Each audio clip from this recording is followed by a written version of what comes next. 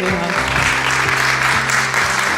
Hi. So welcome to Istanbul. All right, about that, the example that you gave, Mustafa, it's actually not only about efficiencies. The moment that we actually turn these, the use of blockchain to potentially really create those horizontal layers and new type of businesses, new types of ways of doing things, we probably will be able to capture, exponential growth in our businesses. But whatever we are doing, do it much better, whether it's business or it's social impact and so forth. So just a few things. Really, I'm not going to speak too long.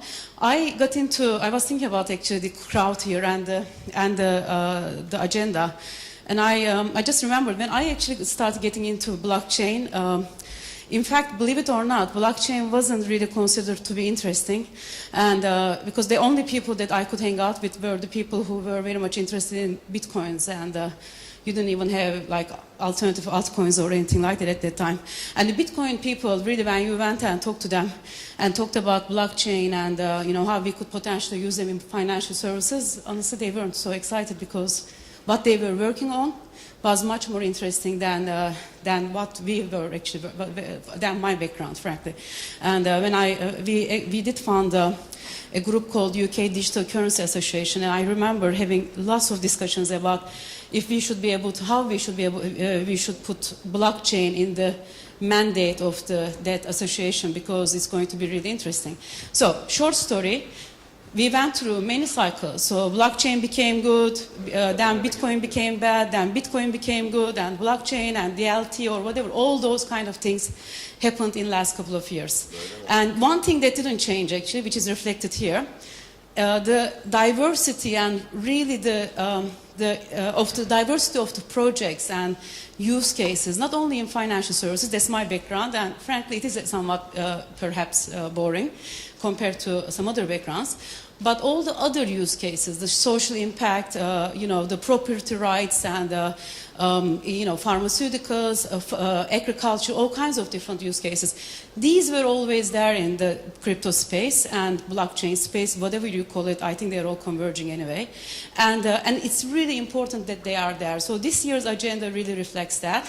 And the reason it's important is because, I find myself using this word unpacking a lot these days. Like, we unpack problems because you actually really, it's one of these things. You can almost think about everything from scratch.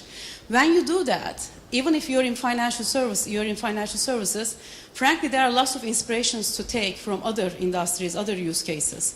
So I find it really, really useful to go to still meetups and listen to different use cases, listen to my friends talking about completely different things. And by the way, they all went ahead and started doing other things and sometimes left financial services as well. But they are really, really inspiring because this is the kind of thing.